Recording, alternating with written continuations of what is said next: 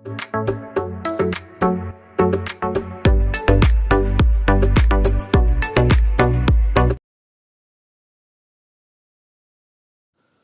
Morning all, ഏവർക്കും ഉത്രാട ദിനാശംസകൾ. ഓണക്കാലം എന്ന് വെച്ചാൽ നമ്മളെ ഓരോരുത്തരെയും സംബന്ധിച്ച് സന്തോഷത്തിൻ്റെ ദിനങ്ങളാണ്. നിങ്ങളുടെ ഓരോരുത്തരുടെയും ജീവിതത്തിൽ സമൃദ്ധിയും സന്തോഷവും നേട്ടങ്ങളും നിറയട്ടെ എന്ന് ആശംസിക്കുന്നു. ഒരിക്കൽ കൂടി ഓണാശംസകൾ നേരുന്നു.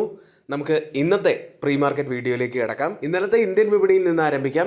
നിഫ്റ്റിയും സെൻസെക്സും ഒക്കെ ചെറിയ തോതിൽ ഇടിഞ്ഞപ്പോൾ ബാങ്ക് നിഫ്റ്റി ഇന്നലെ കാര്യമായി തന്നെ ഇടിഞ്ഞു. 0.4% ഇടിഞ്ഞത്. മിഡ് ക്യാപ്പ് പക്ഷേ ഇതിനൊക്കെ വിപരീതമായി പോസിറ്റീവിൽ ക്ലോസ് ചെയ്യുകയും ചെയ്തു. ഇനി US വിപണിയിലേക്ക്. ഇന്നലെ US വിപണികൾ ക്ലോസ് ചെയ്യുന്നത് നാസ്ഡാക്കും കൂടാതെ S&P 500 ഇടിഞ്ഞപ്പോൾ ഡൗ ജോൺസ് നേട്ടത്തിലാണ് ഇന്നലെ ക്ലോസ് ചെയ്യുന്നത്. എൻവിഡിയയുടെ റിസൾട്ട് US നിന്നും നാളെയാണ് പുറത്തു വരുന്നത്. ഇതുമായി ബന്ധപ്പെട്ട എൻവിഡിയ ഏകദേശം 2.9% ഇന്നലെ ഇടിഞ്ഞാണ് ക്ലോസ് ചെയ്യുന്നത്. US മാർക്കറ്റുകൾ കൃത്യമായിട്ടുള്ള ഒരു ഡയറക്ഷൻ നമുക്ക് കാണിച്ചു തരുന്നില്ല. പ്രത്യേകിച്ച് ഈ ആഴ്ച വളരെ പ്രധാനപ്പെട്ട ധാരാളം ഇവൻറ്റ്സുകൾ നടക്കാനുണ്ട്. അതിൽ ഒന്ന് എൻവിഡിയയുടെ റിസൾട്ട് തന്നെയാണ്. US നിന്നും ഇൻഫ്ലേഷൻ ഡാറ്റയും ഈ ആഴ്ച പുറത്തു വരും. കൂടാതെ ഓഗസ്റ്റ് 28 ഫെഡ് ചെയർ കെവിൻ വാർഷ് പുതിയ ഫെഡ് ചെയറിൻ്റെ ജാക്സൺ ഹോൾ സ്പീച്ചും ഈ ആഴ്ച തന്നെയാണ്. ഇതിനിടയിൽ ട്രംപ് ഭരണകൂടം ഇറാനുമായി വ്യാപാരം നടത്തുന്ന രാജ്യങ്ങൾക്കും സ്ഥാപനങ്ങൾക്കുമെതിരെ കൂടുതൽ സെക്കൻഡറി സാങ്ഷൻസ് ഏർപ്പെടുത്താൻ സാധ്യതയുണ്ട് എന്ന് പ്രഖ്യാപിച്ചിരുന്നു. ഇതിനെ treasury secretary Scott Bessent economic day എന്ന രീതിയിൽ വിശേഷിപ്പിച്ചെങ്കിലും ഒരു രാജ്യങ്ങൾക്കെതിരെയും ഇതുവരെ ആക്ഷൻസ് ഒന്നും എടുത്തിട്ടില്ല. US ഇവിടെ പ്രധാനമായിട്ടും ഉദ്ദേശിക്കുന്നത് ഇറാനെ സാമ്പത്തികമായി ഒറ്റപ്പെടുത്തുക എന്നതാണ്. അതിലൂടെ ഇറാനെ കൂടുതൽ സമ്മർദ്ദം ചെലുത്തുക എന്നത് തന്നെയാണ് US ഉദ്ദേശിക്കുന്നത്. US ഇറാനെതിരെ ഏർപ്പെടുത്തിയിരിക്കുന്ന ഈ സാമ്പത്തിക ഉപരോധങ്ങൾ കാരണം ഇറാൻ്റെ കറൻസി ഇപ്പോൾ കൂപ്പുകുത്തിയിരിക്കുകയാണ്. ഒരു $1 വാങ്ങാൻ 20 ലക്ഷത്തിലധികം റിയാൽ നൽകേണ്ട അവസ്ഥയിലാണ് ഇറാൻ്റെ കറൻസി ഉള്ളത്. ഇന്നലെ US മാർക്കറ്റുകൾ മിക്സഡ് ആയിരുന്നു. കൂടാതെ ഗ്ലോബൽ മാർക്കറ്റുകളിലും ഒരു സെല്ലിംഗ് പ്രഷർ കണ്ടതുകൊണ്ട് തന്നെ ഇന്നിപ്പോൾ ഓപ്പൺ ചെയ്തിരിക്കുന്ന ഏഷ്യൻ മാർക്കറ്റുകളിലും ഒരു ഇടിവുണ്ട്. ജപ്പാൻ മാർക്കറ്റ് നിക്കി 1% ഇടിവിൽ ട്രേഡ് ചെയ്യുമ്പോൾ കോസ്പി മാർക്കറ്റ് കൂടുതൽ സമ്മർദ്ദത്തിലാണ് 3% ഇടിവിൽ. ഗിഫ്റ്റ് നിഫ്റ്റി ഇപ്പോൾ ട്രേഡ് ചെയ്യുന്നത് 24,164 എന്ന നിലയിൽ 46 പോയിന്റ്സ് ഇടിഞ്ഞാണ് ട്രേഡ് ചെയ്യുന്നത്. ഇപ്പോൾ സമയം 7 മണിയാണ്. ഇപ്പോഴത്തെ ഈ ഒരു നില വെച്ച് 45 പോയിന്റ്സിൻ്റെയൊക്കെ ഒരു ഗ്യാപ് ഡൗൺ ഓപ്പണിങ്ങിനാണ് സാധ്യത കാണുന്നത്. ഇന്ന് എല്ലാവരും ഓണത്തിൻ്റെയൊക്കെ വലിയ തിരക്കിൽ തന്നെ ആവുന്നത് കൊണ്ട് വളരെ ചുരുക്കി മാത്രം കാര്യങ്ങൾ പറഞ്ഞ് ഇന്ന് നമുക്ക് അവസാനിപ്പിക്കാം. ഇന്ന് നമ്മുടെ വിപണിയെ സംബന്ധിച്ച് ഒരു പ്രത്യേകത കൂടിയുള്ളത് ഇന്ന് മന്ത്ലി എക്സ്പയറിയാണ്. അതുകൊണ്ട് എല്ലാവരും ശ്രദ്ധാപൂർവം തന്നെ ട്രേഡ് എടുക്കാൻ ശ്രമിക്കുക.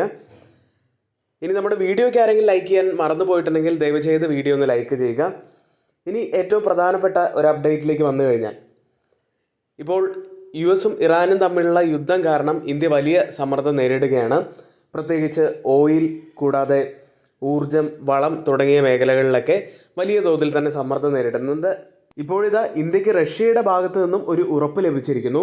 പശ്ചിമേഷ്യൻ പ്രതിസന്ധി മൂലമുണ്ടായ വിതരണ തടസ്സങ്ങൾക്കിടയിലും ഇന്ത്യക്ക് ഊർജവും വളവും തടസ്സമില്ലാതെ വിതരണം ചെയ്യുമെന്ന് റഷ്യ ഉറപ്പ് നൽകിയിരിക്കുന്നു. വിദേശകാര്യമന്ത്രി S Jaishankar Russian president Vladimir പുടിനുമായി നടത്തിയ കൂടിക്കാഴ്ചയിലാണ് റഷ്യൻ പ്രസിഡന്റ് ഇത്തരത്തിലൊരു ഉറപ്പ് നൽകിയിരിക്കുന്നത്. ആദ്യം TCS എന്ന കമ്പനിയാണ്. TCSൻ്റെ പൂർണ്ണ ഉടമസ്ഥതയിലുള്ള നെതർലാൻഡ് സബ്സിഡറി ആയിട്ടുള്ള TCS നെതർലാൻഡ്സ് BV പോർഷെ AGയുടെ സബ്സിഡറി ആയിട്ടുള്ള MHP മാനേജ്മെൻറ്റിൻ്റെ 100% ഓഹരികൾ ഏറ്റെടുക്കാൻ തീരുമാനിച്ചു. അടുത്ത ഏജിസ് ലോജിസ്റ്റിക്സ് എന്ന കമ്പനിയാണ്. കമ്പനി പിപ്പാവൈ പോർട്ടിലുള്ള 36,000 MT ശേഷിയുള്ള പ്രത്യേക ammonia storage terminal Aegis terminal പിപ്പാവേവിന് കൈമാറുന്നതിനായി 525 കോടി രൂപ മൂല്യമുള്ള ബിസിനസ് ട്രാൻസ്ഫർ അഗ്രിമെൻറ്റ് നടപ്പാക്കി. അടുത്ത GE ഷിപ്പിംഗ് എന്ന കമ്പനിയാണ്. ഓഗസ്റ്റ് 27 ബൈബാക്ക് പ്രപ്പോസൽ പരിഗണിക്കാൻ സാധ്യതയുണ്ട്. മറ്റൊരു സ്റ്റോക്ക് ബ്രിഗേഡ് ഹോട്ടൽ വെഞ്ചേഴ്സ് ആണ്.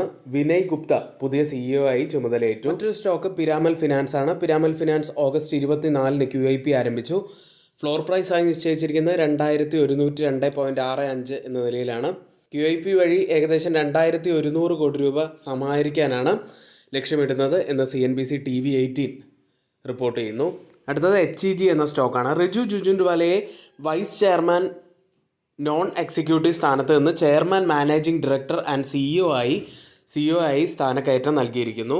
2026 സെപ്റ്റംബർ 1 മുതൽ 2031 ഓഗസ്റ്റ് 31 വരെ ആയിരിക്കും ഈ സ്ഥാനത്ത് അദ്ദേഹം തുടരുക. അടുത്തത് കോൾ ഇന്ത്യ എന്ന കമ്പനിയെ സംബന്ധിച്ചിട്ടുള്ള ഒരു അപ്ഡേറ്റ് ആണ്.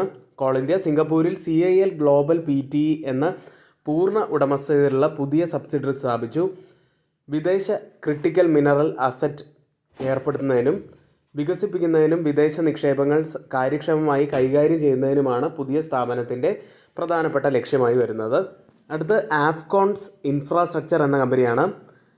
കമ്പനിയും Uttar Pradesh express way industrial development അതോറിറ്റിക്കും ഇടയിലുള്ള ആർബിട്രേഷൻ കേസിൽ 335.50 കോടി കമ്പനിക്ക് അനുകൂലമായിട്ടുള്ള ഒരു ആർബിട്രൽ അവാർഡ് ലഭിച്ചിരിക്കുന്നു. അടുത്തത് ICICI ബാങ്കാണ്. ICICI bank $7.5 billion global medium term note പ്രോഗ്രാമിൻ്റെ ഭാഗമായി $1 billion senior unsecured fixed rate notes വിലനിർണ്ണയം നടത്തി.